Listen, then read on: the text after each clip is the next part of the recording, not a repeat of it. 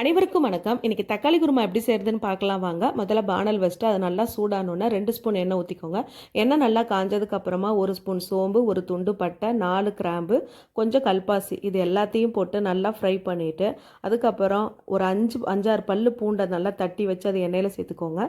அப்புறம் ஒரு கைப்பிடி அளவுக்கு சின்ன வெங்காயம் போட்டுக்கோங்க. இந்த தக்காளி குருமாவுக்கு வந்து செம்ம டேஸ்ட் கொடுக்குறதே வந்து இந்த சின்ன வெங்காயம் தான். நம்ம எவ்வளோக்கு எவ்வளோ வந்து சின்ன வெங்காயம் சேர்க்குறோமோ அவ்வளோக்கு எவ்வளோ வந்து குருமா டேஸ்ட்டாக இருக்கும். நான் வந்து ஒரு கைப்பிடி அளவுக்கு சின்ன வெங்காயம் போட்டிருக்கேன். அப்புறம் கொஞ்சம் கருவேப்பிலையும் போட்டுக்கோங்க. வெங்காயம் இந்த கருவேப்பிலை இதெல்லாம் ஓரளவுக்கு நல்லா வதங்கினதுக்கு அப்புறமா நான் வந்து இன்றைக்கி வந்து பெரிய தக்காளியாக ஒரு 6 தக்காளி வந்து கட் பண்ணி வச்சுருக்கேன்.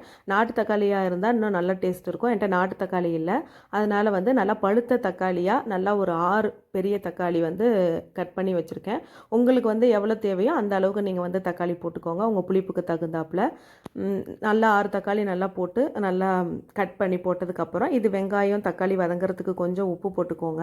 அதுக்கப்புறம் ஒரு 1/2 ஸ்பூன் மஞ்சத்தூள் போட்டுட்டு அதை நல்லா கிண்டி விட்டுட்டு வீட்டில் அரைச்ச மிளகாத்தூள் இருக்குல்ல அது வந்து உங்கள் காரத்துக்கு தகுந்தாப்பில் போட்டுக்கோங்க. நான் வந்து 2 ஸ்பூன் வந்து மிளகாத்தூள் போட்டுக்கிறேன்.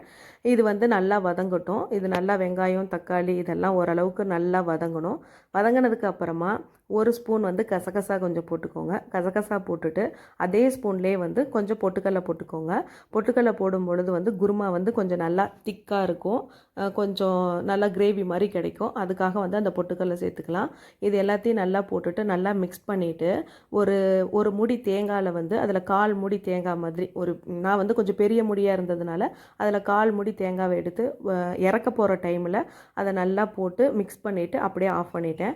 அதுக்கப்புறம் இன்னொரு பானல் வச்சுட்டு அதில் ஒரு 2 ஸ்பூன் எண்ணெய் ஊற்றிட்டு அதில் கொஞ்சம் பட்டை, கிராம்பு, அப்புறம் சோம்பு இது எல்லாத்தையும் போட்டு தாளிக்கிறதுக்கு. அப்புறம் ஒரு பெரிய வெங்காயம் நீட்டமாக கட் பண்ணி அதையும் வச்சு போட்டாச்சு.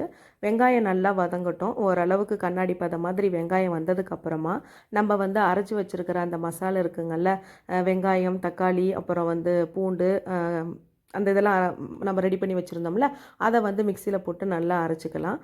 ஓரளவுக்கு ரொம்ப நைஸாகவும் இல்லாமல் கொஞ்சம் திரியாக அப்படி அரைச்சிக்கிட்டோம்னா கொஞ்சம் நல்லா டேஸ்ட்டு நல்லாயிருக்கும். அது மாதிரி வந்து அரைச்சி அதை வந்து அந்த வெங்காயம் வதங்கினதுக்கப்புறமா அதில் ஊற்றிக்கோங்க. இது வந்து ரொம்ப நேரம் கொதிக்கணும்லாம் அவசியம் இல்லை, நம்ம ஏற்கனவே வந்து நல்லா வதக்கிட்டோம். அதனால் ஒரு 10 நிமிஷம் வந்து இருந்தால் போதும்.